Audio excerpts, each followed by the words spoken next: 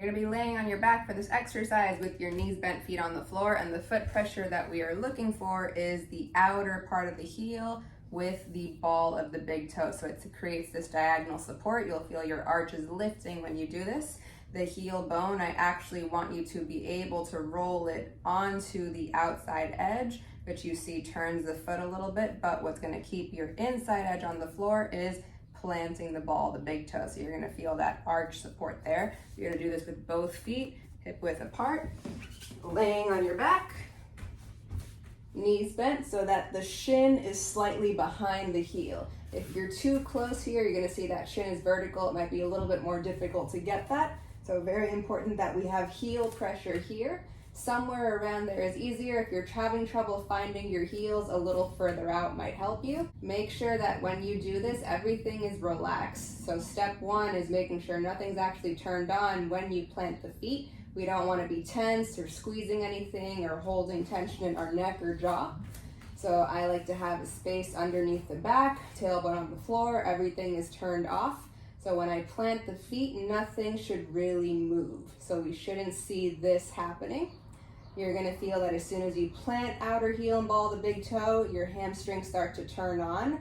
They might cramp a little bit, but if that's happening, just reset, try again, and go easy on the effort with the feet. Your toes should not be gripping. If they are, get more back of the heel pressure.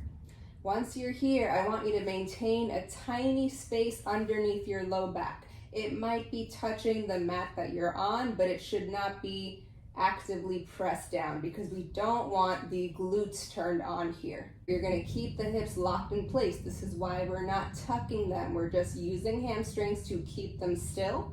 And you're gonna do breaths, adding a reach. The reach is gonna be palms facing backwards, supinated reach, and you're gonna reach up to the ceiling so that the fingers line up roughly with your nipple line. You're gonna lengthen the neck, chin is away from chest. You're gonna breathe out through your mouth. Feeling your rib cage deflate. As that happens, you're reaching up higher. Feel the shoulder blades coming off the ground. The feet stay constant. Once you've exhaled, you're gonna pause, close your lips, don't breathe for a couple seconds, and then let the air into your nostrils very silently.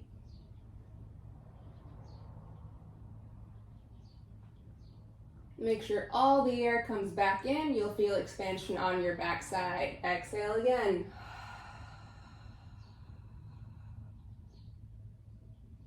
The more your ribs deflate, the more you're gonna reach. Your back will feel flatter, but again, you're not changing the hips, you're not tucking them, you're just keeping them the same through those feet. Breathe in slowly and silently. And you'll feel that expansion 360, but you'll feel that back expanding into the floor. Very important again, we don't want to massively tuck the hips here because we don't want the glutes to take over. We just want the feet, the pressure to help us keep everything in place as we're going through those breaths.